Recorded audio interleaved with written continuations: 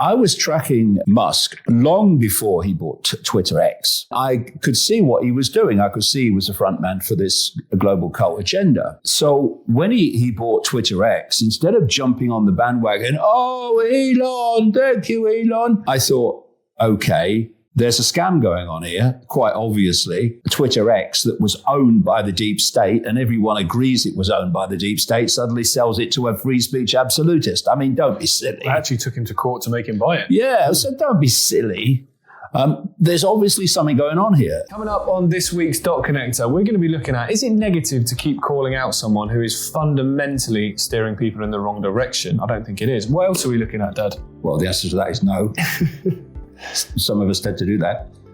Well, there's lots of things have happened this week. First of all, there's been confirmation out of a science research group in Spain that, what I've said about a non-human race manipulating human society is true. More about that in the Dot Connector. Then we've had the helicopter crash, which did for the Iranian president.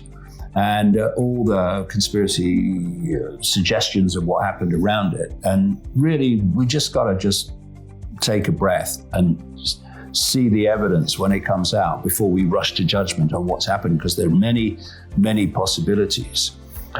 Then Klaus Schwab has stepped down. Well, he's going to step down in January 2025. And, people have gone, oh, it's great, we're winning. No.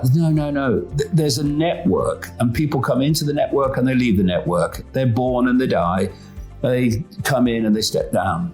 The network continues. And, I remember in the 1990s when I was on this journey, a long time ago, that David Rockefeller was the big guy.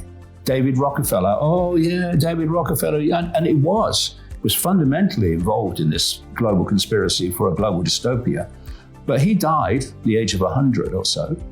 And what changed? Nothing. No. Kissinger was massive for a lot of the time that I've been uncovering this stuff. Kissinger was a central character. He's died. What's changed? Nothing. Schwab steps down. What's going to change? Nothing from their perspective.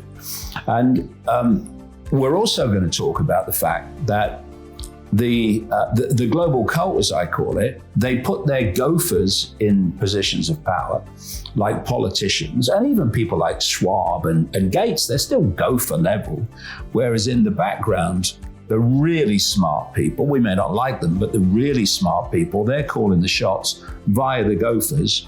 And the politicians who don't have to be bright, in fact, it's a bad career move if you are,